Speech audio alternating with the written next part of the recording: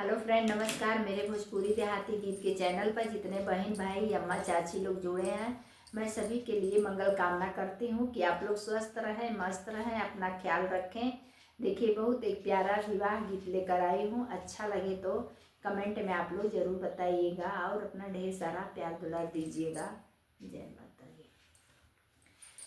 दह दह गंगा हो, दह दह यमुना हो, दह दह गंगा कयारा, दह दह गंगा हो, दह दह यमुना हो, दह दह गंगा के यारा, तहवा कवन दुल्हे घोड़ा दौड़ावेला,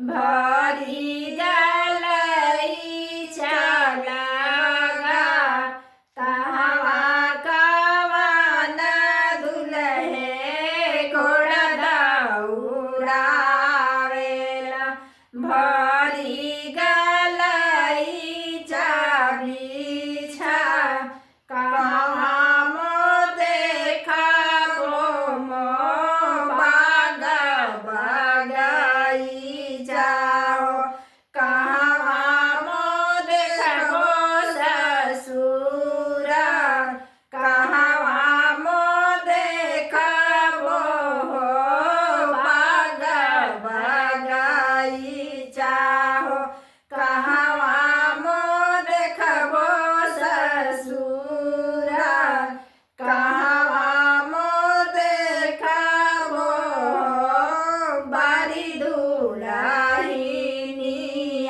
हो, जेहि देखी जियरा जुड़ा, कहाँ मो देखबो बारी दुल्हनिया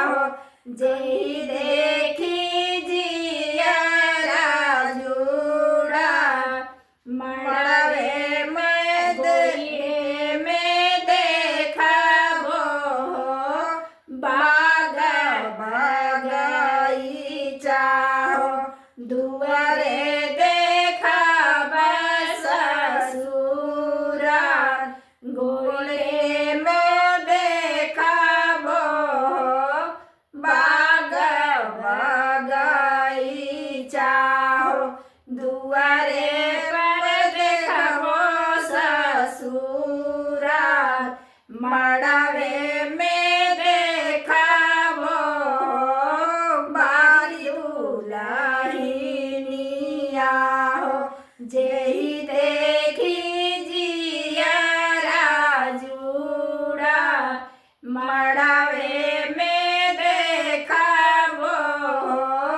बारी दुल्हनिया हो, जेहि देखी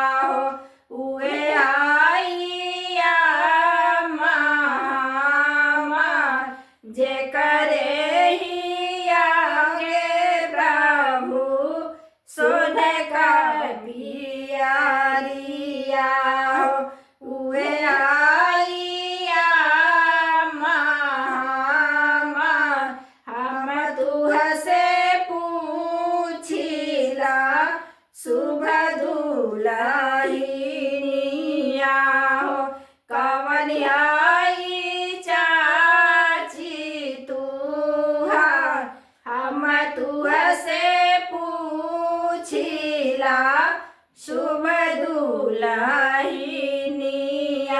हो।